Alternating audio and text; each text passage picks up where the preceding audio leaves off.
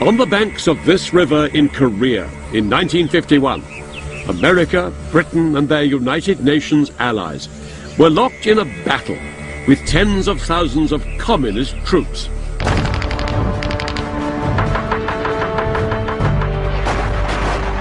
What moved the Allies to cross the world to fight here in Korea, only 5 years after the bloodshed of the Second World War, was their drive to stop communism spreading further. I'll be revealing the dramatic reversals in military fortunes of the armies of the capitalist West and the communist East. And telling the story of how events in Korea nearly spiraled out of control, raising the spectre of nuclear war.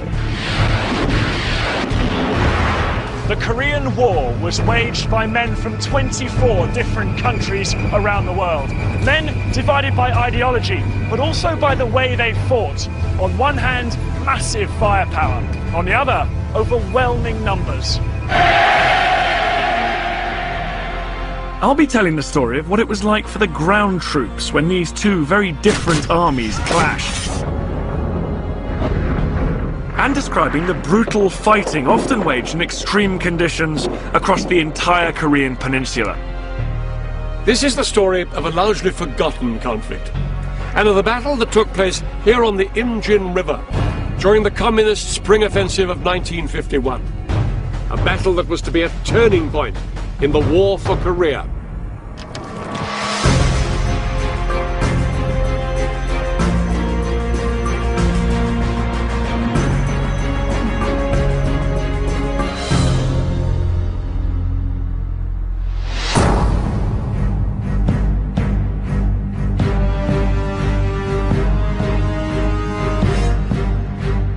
I'm on a journey to perhaps the world's strangest border, the border between North and South Korea. Right now, I'm about to enter the South Korean side of the 4-kilometer wide security zone that straddles the entire length of the boundary. This zone is effectively a no-go area, policed by troops from the United Nations. Marked out by miles of barbed wire fences and defended with landmines. At the border itself, there are no fences or gates. Here, the border is simply marked by this block of concrete, just 4 inches high. Yet absolutely no one is allowed to step across. Guarding the border on the south side stand the soldiers of the South Korean Army. Immediately opposite, the men of the North Korean Army.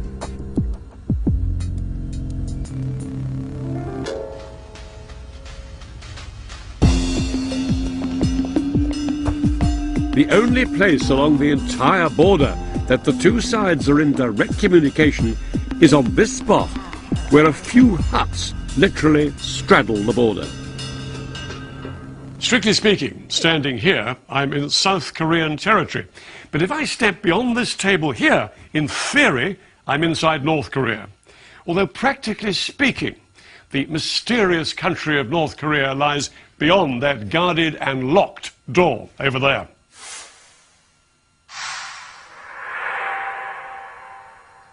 So, how come such a bizarre situation exists here? Well, the fact is that North and South Korea are still officially at war, and have been for more than half a century. Before the Second World War, the entire Korean peninsula was under the control of Japan. But when Japan was defeated, the victors divided the country along this line of latitude here, the 38th parallel. The Soviet Union sponsored a communist regime up here in the north, under Kim Il-sung in his capital Pyongyang, and the Americans put Syngman Rhee, a fiercely right-wing nationalist in control of South Korea, in his capital Seoul. Syngman Rhee wanted to govern not just South Korea, but the entire peninsula. He wanted to unite North and South under a capitalist regime.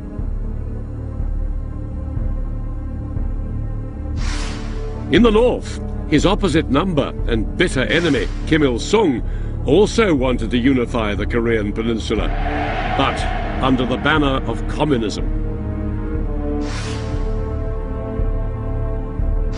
Each man had his dream of unifying Korea under his rule, but neither of them did very much about it. Until just after 4 a.m.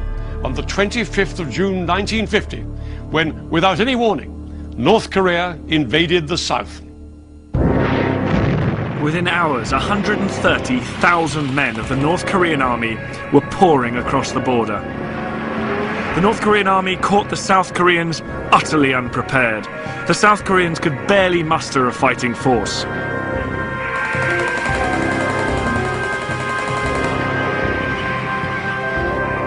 Outgunned and overwhelmed by enemy tanks, the ill-equipped army were rapidly forced back. Even though we fired our guns at them, the tanks were not damaged at all. We could not destroy them. We were in a panic. We couldn't resist the enemy. It was terrifying. In just 48 hours, the communist soldiers were poised to attack the South Korean capital, Seoul.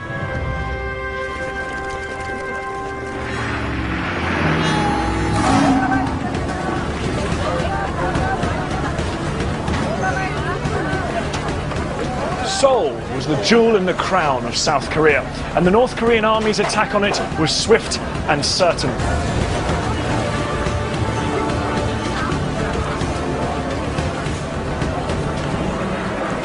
The communists burst through these narrow streets, meeting little resistance as they took control.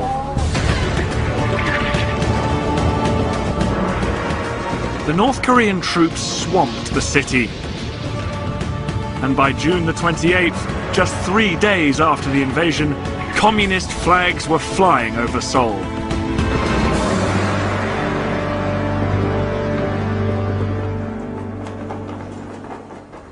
But the North Koreans didn't stop here in Seoul. They pushed on southwards, aiming to take the whole peninsula in the name of communism.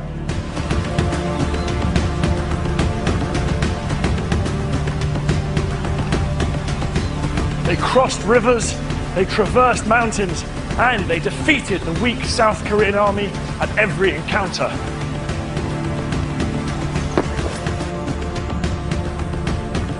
For the North Koreans, it was beginning to look like a walkover.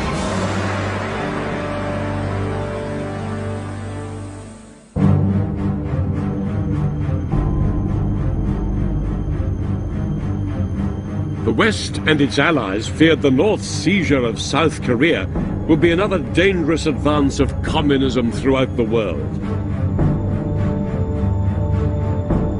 And the West was determined to do something about it.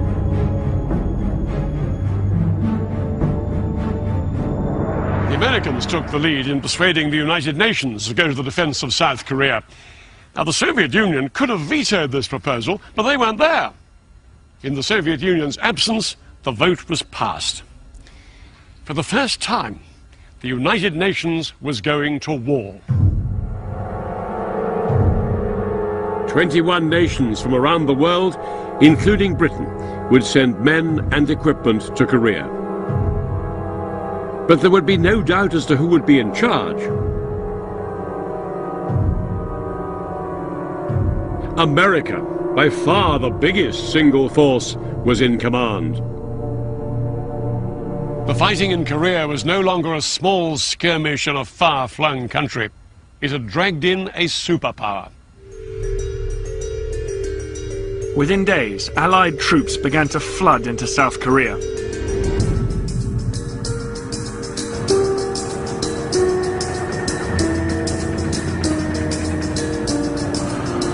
American troops were the first of the UN forces to arrive in Korea, shipped in from their bases in nearby Japan.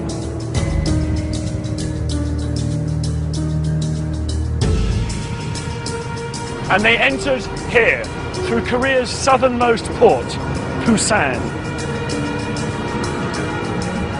When they landed, they faced a desperate situation, and it was getting worse, because by now, the South Korean army had almost totally collapsed under the advance of the North Korean steamroller.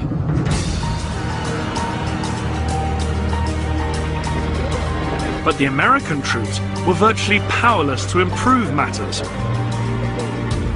because these were not the same battle-hardened, well-equipped men that had been victorious in the Second World War. We had equipment left over from World War II, most of which had been in a warehouse someplace, and it was from unserviceable to non-existent. We were in a very poor shape for everything. We were not ready to fight a war. That's the long and the short of it.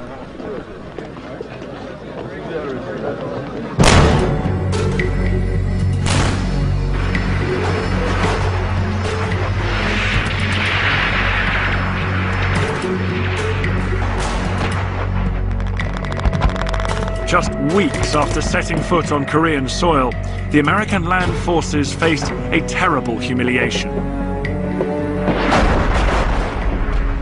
By now, the North Koreans controlled nearly the whole of the Korean peninsula. And this meant that the American troops and their South Korean allies were packed into an increasingly tight corner, an area that became known as the Pusan Perimeter. This was a tiny pocket of land, just 50 miles by 50 miles around the port of Pusan in the southernmost tip of the peninsula. Everywhere else was in North Korean hands.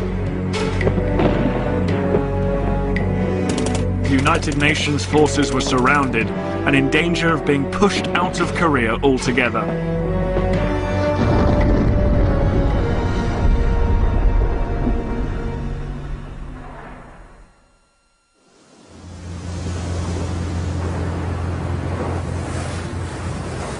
What was needed to rescue the United Nations forces from disaster was a bold stroke from a decisive leader.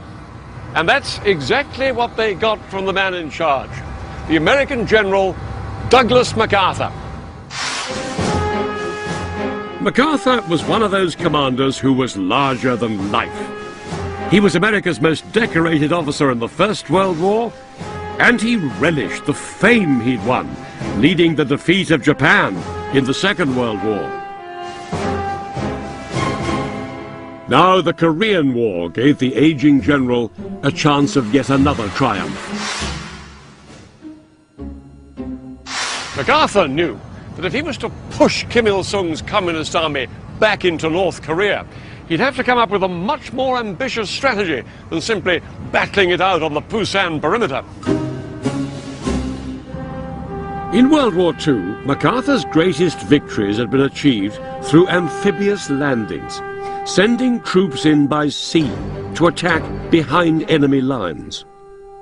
Such landings carried grave risks, but MacArthur was convinced he had mastered the technique. MacArthur now proposed to use the same strategy in Korea, with a bold attempt to take the pressure off his forces trapped in this chokehold in the southeast of the peninsula. He would deliver an amphibious hammer blow, not down here around Pusan, but 150 miles behind enemy lines to the northwest, at the port city of Incheon. If he could seize Incheon, his troops could move on to Seoul, a mere 20 miles inland, cut the North Koreans off from behind, and force them to fight on two fronts, here and here. The North Koreans would be surrounded and crushed. But a landing at Incheon would be a high-risk exercise. The harbour city was placed at the end of a treacherous passage called Flying Fish Channel, where the tide raced in and out twice a day. When the tide fell by as much as 11 meters or 36 feet, vast mudflats were exposed, making an approach impossible. Even when the tide was in, the city was protected by high sea walls and a fortified island at the mouth of the harbour named Wolmido. MacArthur's plan, codenamed Operation Chromite, was to assemble a vast naval force carrying 70,000 US troops who would brave the dangerous tides of Incheon harbour and land on the beaches. the Marines would first have to take the key beach at Wilmedo, codenamed Green Beach, which was only possible during the short window when the tide was high. Once the enemy had been silenced on Wilmedo, the rest of the landing force would have to wait a whole 12 hours for the tide to rise again before they could assault Red Beach to the north of Incheon and Blue Beach to the south.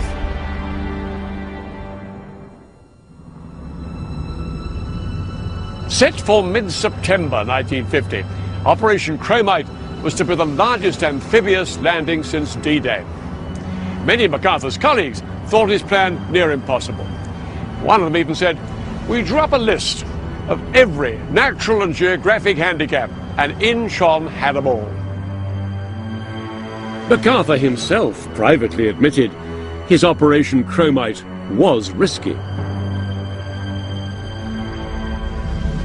It was going to be a tough assignment for the crack US Marines handpicked to carry out the operation. Opposition's APS unknown, bears 193, speed fast. The Marines' success hung on meticulous planning. But when I went to visit the British Royal Marines aboard HMS Albion, I found out just how many factors can throw the best plan off course. There's the weather, there's the tide that has an impact, the sea state. Of course, the Americans at Incheon had real problems with the tides, very high tides, just a 12-hour gap between them. How important is it to get the tides absolutely right? Well, if we get it wrong, then we're going to end up either getting caught on sandbars offshore and you're at the mercy of enemy fire. Absolutely. And if the tide is too high, then of course you may be actually slamming into the sea wall, equally difficult to get people off.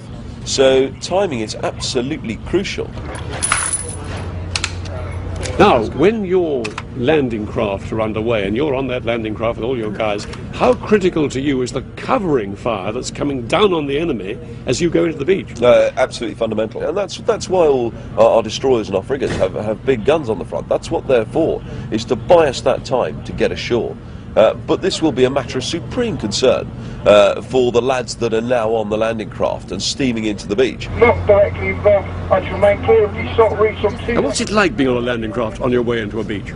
There will be guys that are utterly disorientated.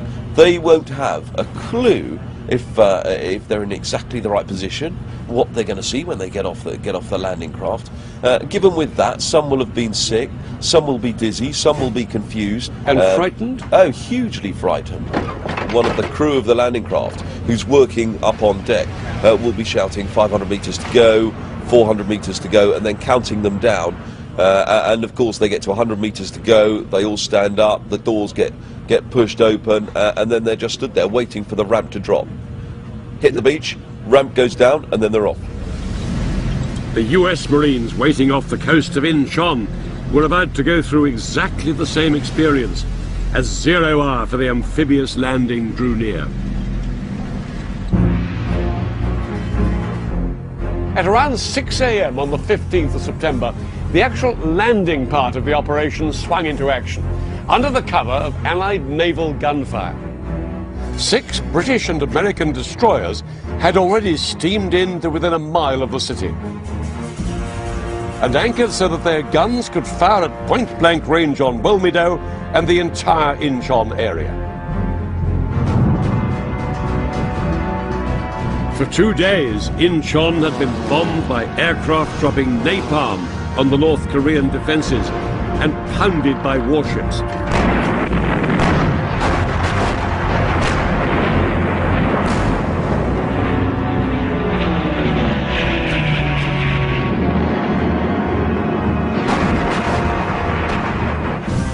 Now, under yet more covering fire, the landing craft used the high tide to sweep in from the sea and land on Wilmedo's Green Beach.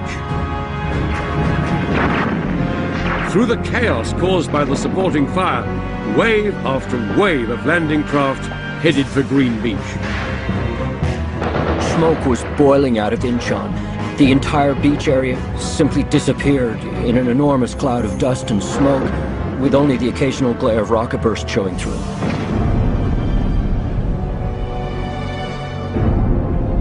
It was just awesome.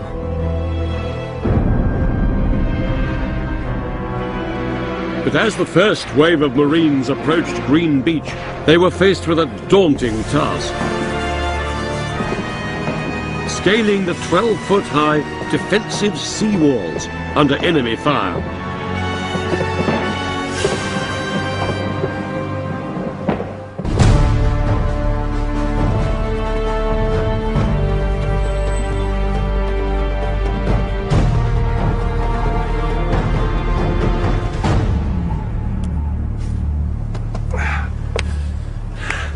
Well, this is Green Beach on Walmedo today. Not quite the same sight that would have greeted the first wave of US Marines as they clambered up the sea wall.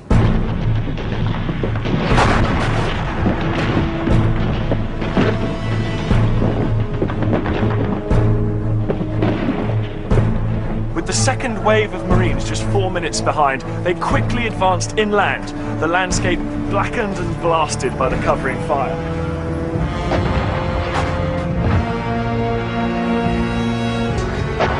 The Marines swept over the island, meeting limited resistance and suffering few casualties. In just 2 hours, the Marines' commander radioed the waiting fleet. Walmedo secured. Phase 1 of their mission had been accomplished.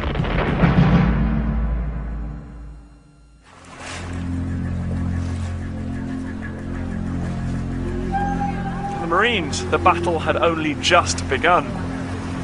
As this tide retreated, it took with it the landing craft, their vital lifeline to the Allied ships out there. They had to dig in. For the next 12 hours, they had the unenviable task of defending the island against a possible counterattack. It was vital the Marines held their ground. Only if they retained control of this crucial island could further waves of landing craft move safely onto Incheon itself.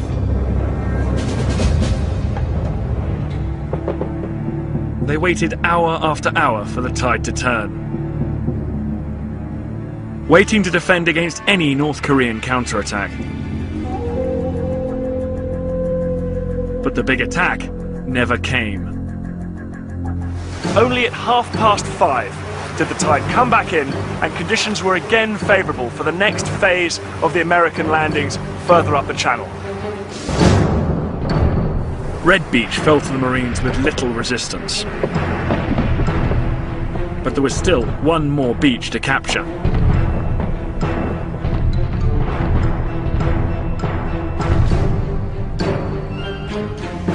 Almost simultaneously, the Marines assaulted here at Blue Beach, about a mile south of Incheon. But things on Blue Beach didn't go quite as smoothly.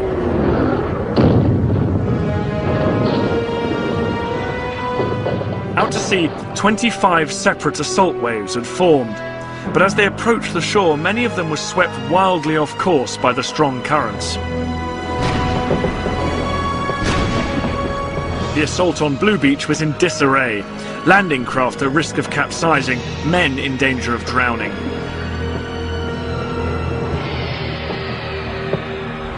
Those who did make it through found the beach choked with smoke from the earlier naval bombardment. The actual landing conditions were terrible. The city was on fire, and the rain was mixing with the smoke and fire of the bombardment, so it was very difficult finding the beach. Some units got mixed up, landing on the wrong beaches, and we just had to get it all sorted out. Despite the problems, there was no serious opposition to stop the Allied advance. They managed to push on through Incheon and further inland. Their journey took them eastwards, liberating village after village, rapidly crushing what little North Korean resistance they met. Their bold attack behind enemy lines had been a resounding success. In just 11 days, the men of the United Nations Army had reached their target and recaptured the South Korean capital, Seoul.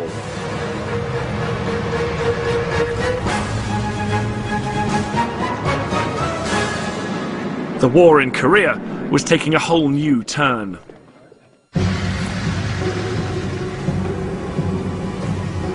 By now, the Allied forces pinned down inside the Busan perimeter had been reinforced with fresh battle-ready troops. They broke out and thrust north to join those who'd recaptured Seoul.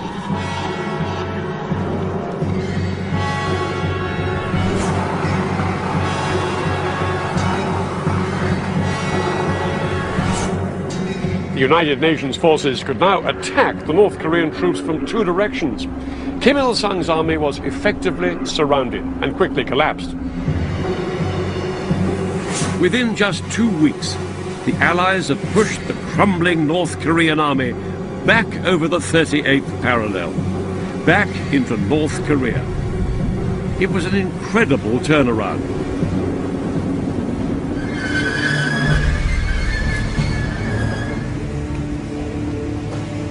The two Koreas were now back where they began, divided by the 38th parallel.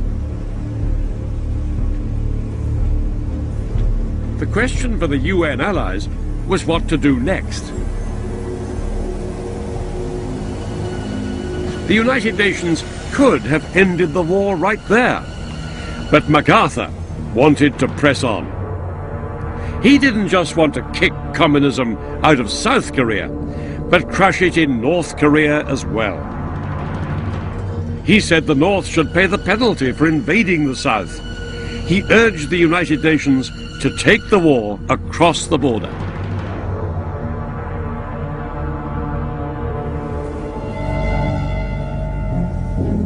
At the end of September 1950, MacArthur got his way.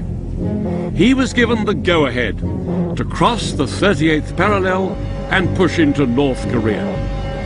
The UN army were no longer repelling an invasion. They had themselves become the invaders.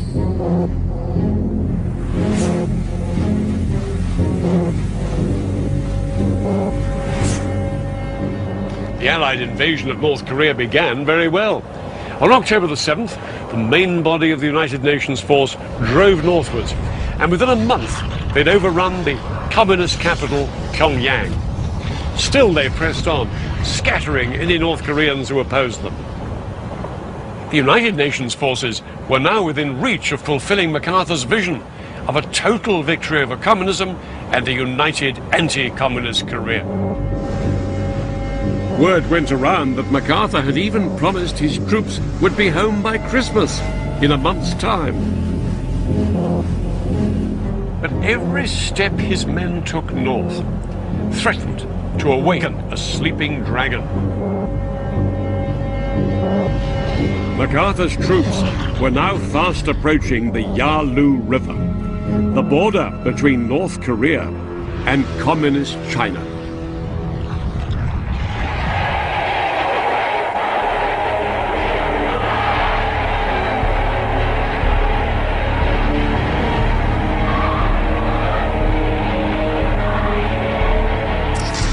The Chinese leader, Mao Zedong, had been watching events in Korea. His new communist regime was only a year old and far from secure. Now the United Nations army was rapidly approaching his eastern border. As far as Mao was concerned, this was blatant imperialist aggression, and it had to be stopped. In September 1950, he ordered the Chinese People's Volunteer Army into North Korea. Led by Commander Pang De-Huai, their aim was to confront and crush the United Nations.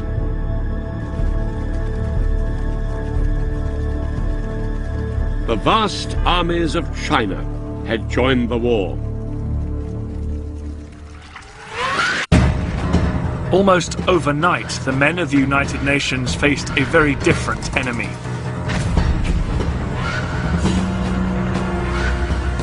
The Chinese were tough. They were battle-hardened veterans of years of civil war, expert in close-quarters fighting and used to the rugged terrain. What really set them apart as a fighting force is that they were highly politicized. Each man had to sign a pledge of commitment to the cause, and each unit had to swear an oath to destroy imperialism. They warned us if we didn't wipe out the enemy in Korea now, One day they would come back to China and we would lose everything. We swore to triumph in the communist cause and protect everything the revolution had won for us. We weren't ever going to be oppressed by imperialists again.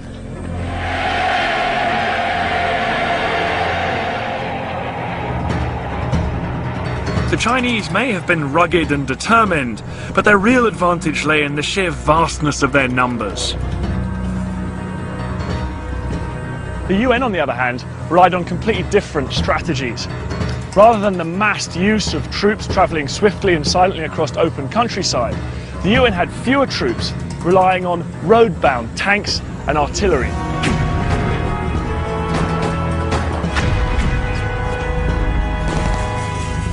Artillery was the key weapon that would form the bedrock of the Allied battle plan. Dan and I were given the chance to experience what it's like to be under live artillery fire when we visited the bombard shelter of the British Royal School of Artillery. A converge, a PD, a 2 rounds. At my command, a 1 round fire for effect. A 3 on the 5. 1's a fire over.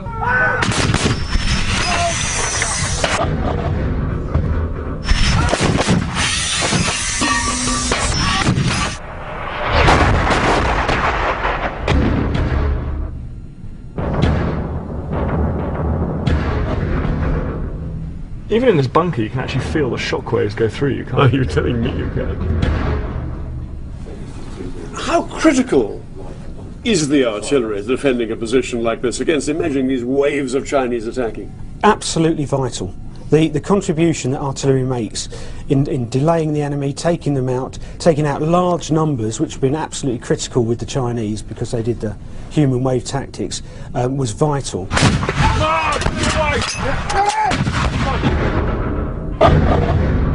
Lethal effect would probably be about 150 metres in a circle, taking people out. That would be killing them, and then the actual damage will go out to about 200 or 300 metres. Extraordinary, isn't it? And that effect would be continuous, day or night, all weathers, 24 hours a day. That's what you would receive. The effect on an enemy out there is absolutely devastating.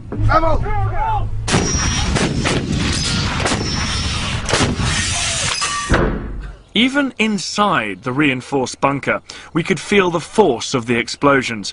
But it was only out in the open that we could see the impact those explosions would have on an enemy attack. So these shells, they're basically just like giant hand grenades. Absolutely, and that's the effect we're after.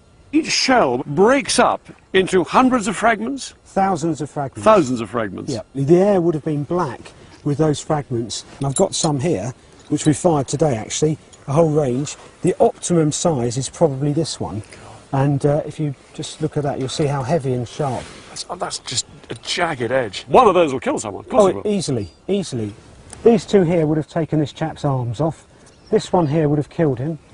That one up the top is a serious head wound, and the last one on here would have hurt his leg. And yet they came on, the Chinese. They came on and on through this stuff. Weight of numbers, but as they're coming forward, you know, they're encountering their comrades, wounded, injured, screaming. Do they keep going? Do they help them out? What do they do? The whole time we're just sapping the momentum out of this attack.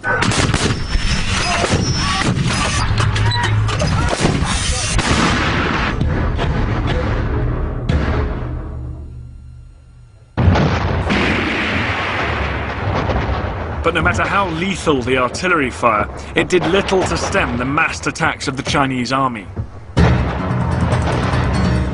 We swarmed into action like ants. The enemy guns overheated with the continuous use. They began to misfire and could no longer hit their targets. In the end, they would see so many people coming at them, they would panic.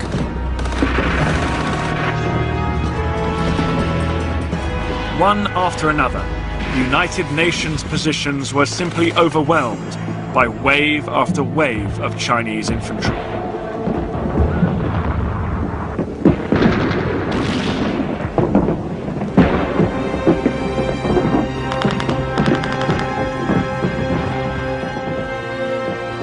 Some United Nations units fought hard. Others fell back in disarray. Generally, morale collapsed, and to make matters worse, The bitter Korean winter was setting in. By late November 1950, with the temperature well below 0 degrees, men of both sides were fighting at the limit of human endurance.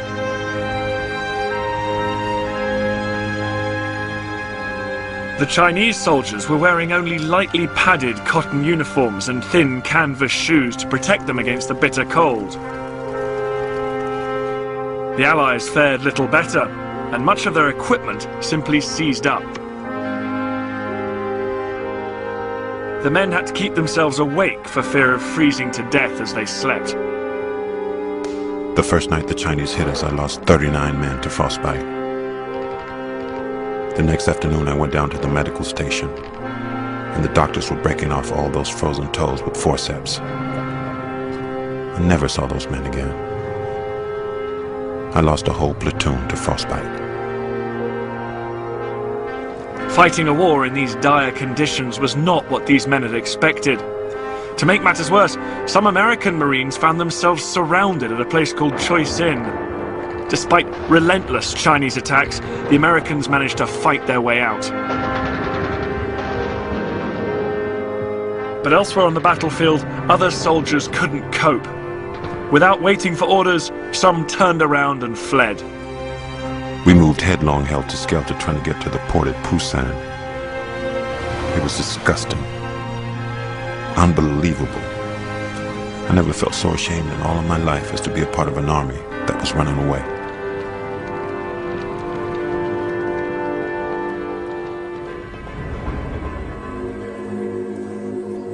Allied defences were crumbling across practically the entire front line.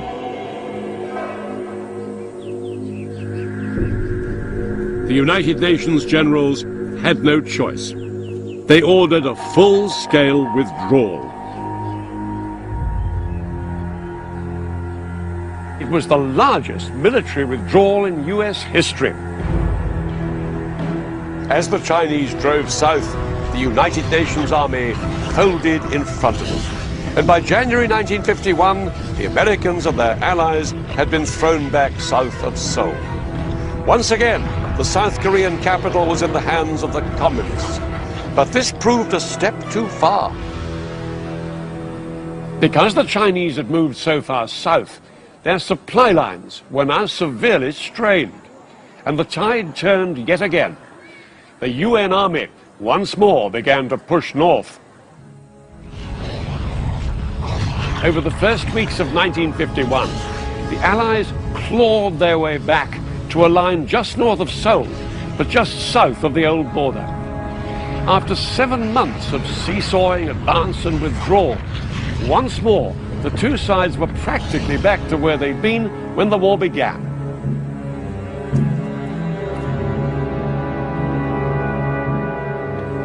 The huge, sweeping moves of the two sides up and down the peninsula subsided into an apparent stalemate. But how to break this stalemate was to lead to a crisis at the very highest level of the American leadership.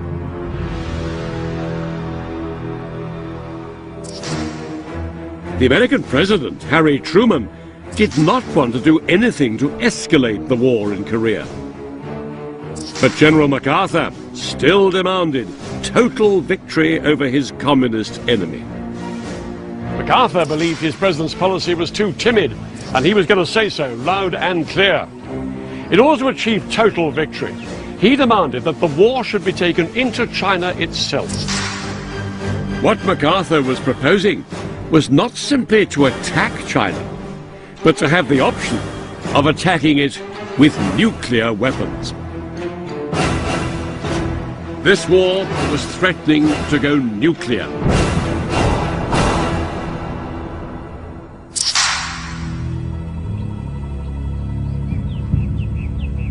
With MacArthur now publicly challenging Washington policy, President Truman had to make a decision, and he made a brave one. I believe that we must try to limit the war to Korea for these vital reasons: to make sure that the precious lives of our fighting men are not wasted, to see that the security of our country and the free world is not needlessly jeopardized, and to prevent a third world war. I have therefore considered it essential to relieve General MacArthur. General MacArthur is one of our greatest military commanders. But the cause of world peace is much more important than any individual. MacArthur's dismissal marked the end of an era. The end of the Allied aim to unite the two Koreas under a democratic flag.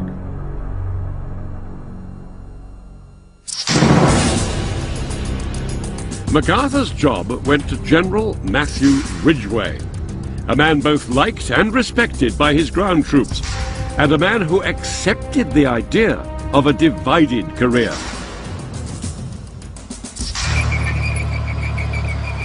Ridgway's aim was to establish a defensible line in the mountains and rivers just north of Seoul, from where he could keep the communists at bay. But the Chinese commander, Peng Dewey, had an entirely different plan. He wanted to demolish the Allied forces and throw them out of Korea once and for all. Unknown to the mainly British and American soldiers who were starting to dig in, China's vast armies were preparing to launch a massive attack, their spring offensive.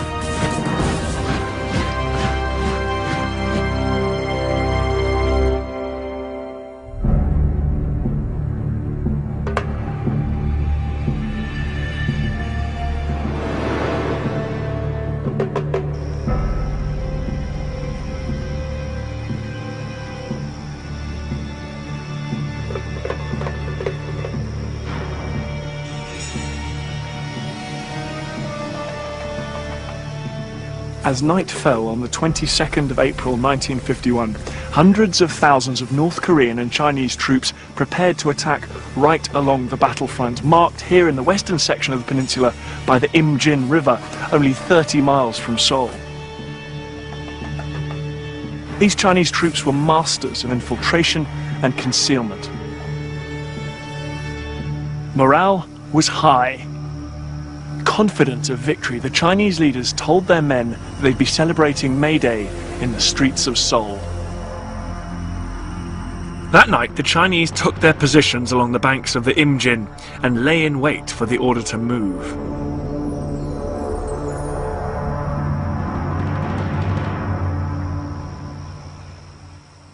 The Chinese commander, Peng Dewey's plan was for a huge coordinated attack, practically from coast to coast.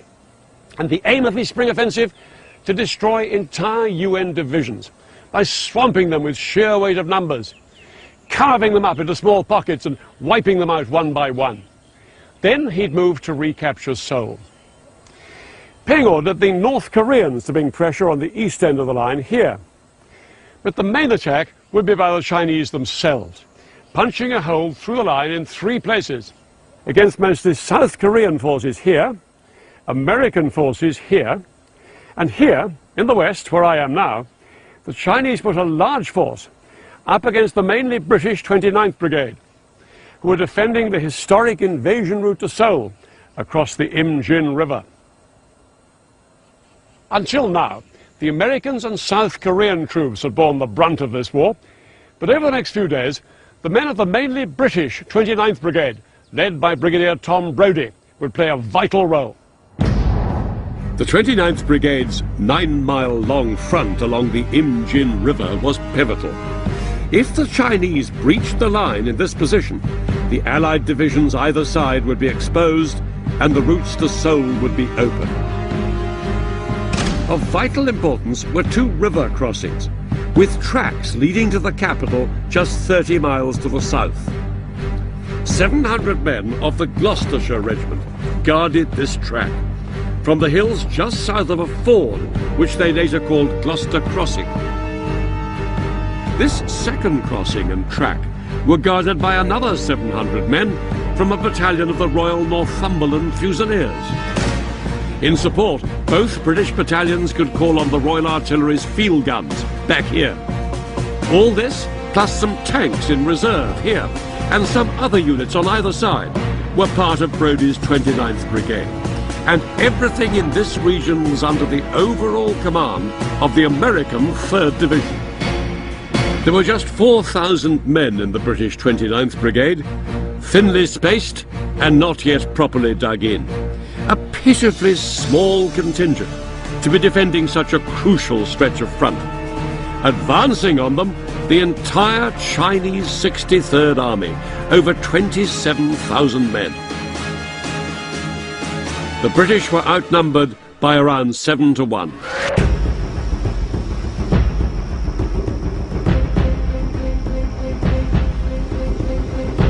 At 10 p.m. on the 22nd of April, the first Chinese troops started to wade across this shallow section of water here. But they were held back for nearly 2 hours by less than 16 men from a platoon of the Gloucesters firing from up here on the south bank. And then we saw the Chinese. They were thick in the water, somewhere around 2,000 men. It was an astonishing target, and we did use up all our ammunition.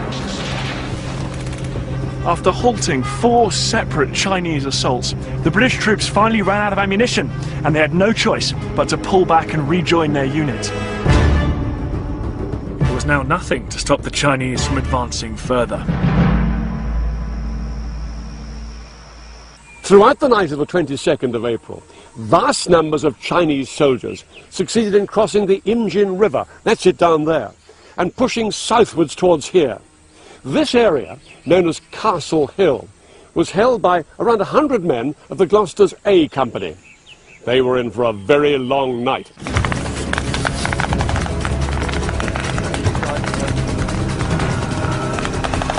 For 6 hours, under bright moonlight and under the glare of parachute flares, A Company fought a ferocious close-quarters battle for control of this hill.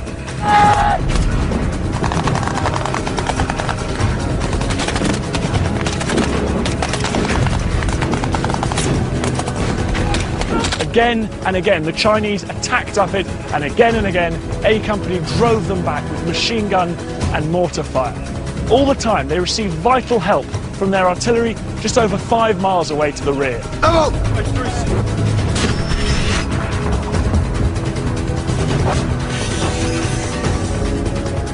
Shells rained down.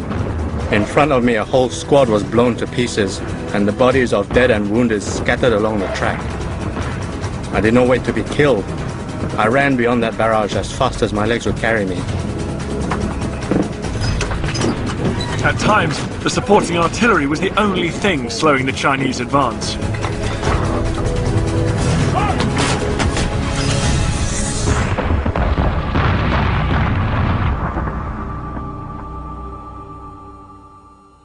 At first light, on the 23rd of April, things were looking decidedly bleak for the whole 29th Brigade. In fact, it was looking grim right away along the whole Allied line. Some 30 miles over there to the east, a South Korean division collapsed under the Chinese pressure. And American and Commonwealth troops were desperately trying to plug the gap. It made it all the more vital that the British 29th Brigade held on here at all costs. The Northumberland Fusiliers, guarding the easterly track down from the river, had found their forward positions threatened. The Chinese had begun to gain the high ground here, and the Fusiliers were being pushed back. The line was weakening, and the Chinese were infiltrating the gaps between the British positions. As for the Gloucesters, 5 miles to the west, their A Company were unable to hold out any longer on Castle Hill. There was no other option for the soldiers here, reduced to just 1 officer and fewer than 60 men, but to pull back and join the rest of the battalion further south.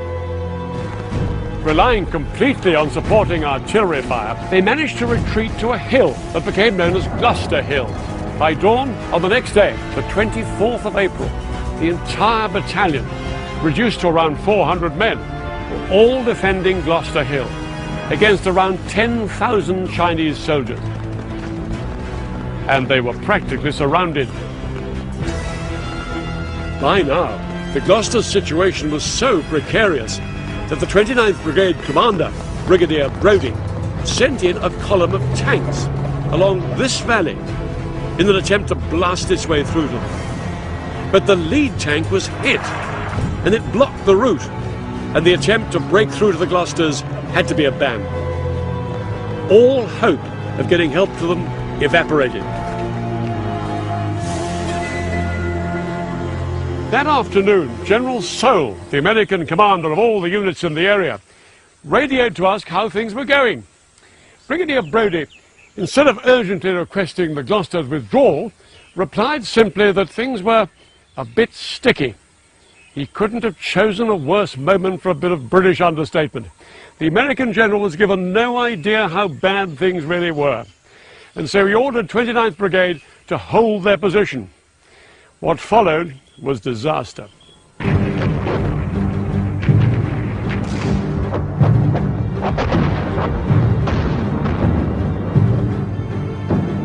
At 10 p.m, the Chinese struck. The Gloucesters fought a bloody hand-to-hand battle and pushed back attack after attack. The battle raged all through the night.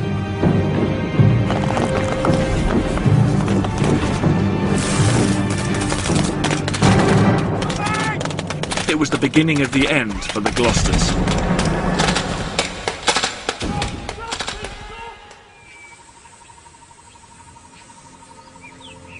The entire 29th Brigade was at breaking point.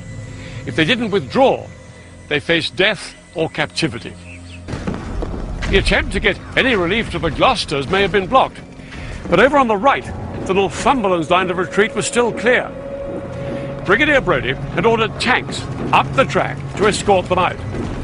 But the withdrawal became chaotic as the Chinese managed to swarm onto the track and climb on the British tanks. The crews of neighbouring tanks were forced to hose each other's tanks with machine gun fire in a desperate attempt to dislodge the clambering Chinese. The rescue of the Northumberlands was succeeding, but only just. But the Gloucesters, off to the west, were left to their fate. In the face of the rapidly advancing Chinese, Brigadier Brodie had by now been forced to withdraw the artillery supporting his troops. And once these vital guns were silenced, the men of the Gloucesters really were at the mercy of the Chinese. The men stranded just up there on the top of Gloucester Hill were preparing for a nearly impossible task. They were going to try and make a break for it. But many had not slept or eaten for days, and with virtually no ammunition, getting back to friendly lines would be a near impossible task. But the Gloucesters had little choice. They set out across the enemy-infiltrated stretch of land on what for many would be their final journey. The Gloucesters had started the Battle of the Imjin with 700 men. 58 had been killed in the fighting. Only 63 made it back to the safety of British lines that night. Nearly 600 Gloucesters were taken prisoner. It was a very shameful moment, surrendering. I hated doing it. Surrendering seemed to go against everything that I thought soldiering should be about. The rest of 29 Brigade had fared little better than the Gloucesters, but those few days in April 1951 had taken their toll on the enemy too. Although 29 Brigade had lost a quarter of its men, it had destroyed nearly half of the Communist forces attacking them across the Imjin. And right the way along the entire battlefront in Korea, other British, American and Allied forces fought heroic battles of their own.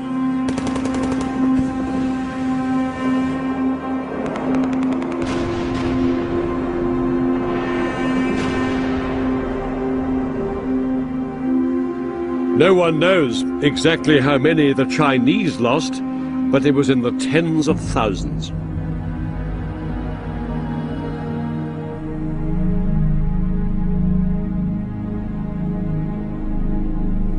The Communist offensive ground to a halt along the entire battle line. It was to be the last major assault of its kind. The Chinese would never again launch an attack on the scale of the spring offensive of 1951. Like the Americans, they too had finally realized that neither of them could win control of the whole of Korea. While the Allied crushing of the Communist Spring Offensive, in great part along the Imjin River, did not end the fighting immediately, it did bring both sides to the negotiating table. Yet when they first met on July the 10th, 1951, few could have had any inkling that the negotiations would drag on for over 2 years. All this time, the vicious battles for minor stretches of tactical ground continued, and the casualty rate soared. This increasingly futile war was to go on another 2 years before the fighting finally ended. The two sides agreed the position of the new border between them, and they agreed on roughly the line of the 38th parallel just about here. And on the 27th of July, 1953, they agreed a ceasefire. In 3 years of warfare, more than 2 million people had lost their lives, and a country had been devastated. And yet, the border between North and South Korea had barely changed. And there's one even bigger irony. The two sides have never signed a peace treaty. The state of war between North and South Korea still officially exists. To this day, Korea's two sides remain in an uneasy stalemate. North Korea is still one of the most undeveloped countries in the world, and fiercely secretive. South of the border, it's a very different story.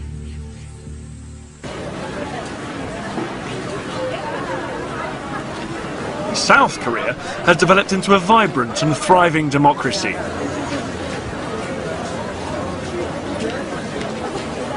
Today, the two Koreas may be vastly different, but one thing hasn't changed. For the people of North and South Korea, the threat of a return to hostilities still looms. 50 years after the ceasefire, South Koreans still plan for the worst. Around twice a year, a siren sounds across the South Korean capital here in Seoul. It's a drill for the taking of immediate shelter in the event of a North Korean attack. For a few minutes, these city streets empty in readiness for a return to hostilities.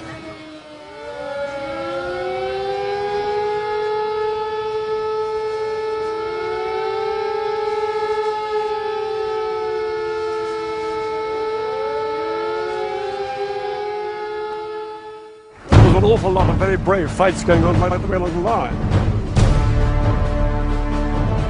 Next time, 20th century battlefields brings you the Tet Offensive, fought in Vietnam. This massive communist assault was the turning point in the 20th century's longest war. I'll be explaining how the American military had to adapt itself to face up to a largely guerrilla fighting force. And I'll be experiencing what it was like for the soldiers as they fought their way through South Vietnam. The Tet Offensive was one of the most decisive battles of the 20th century.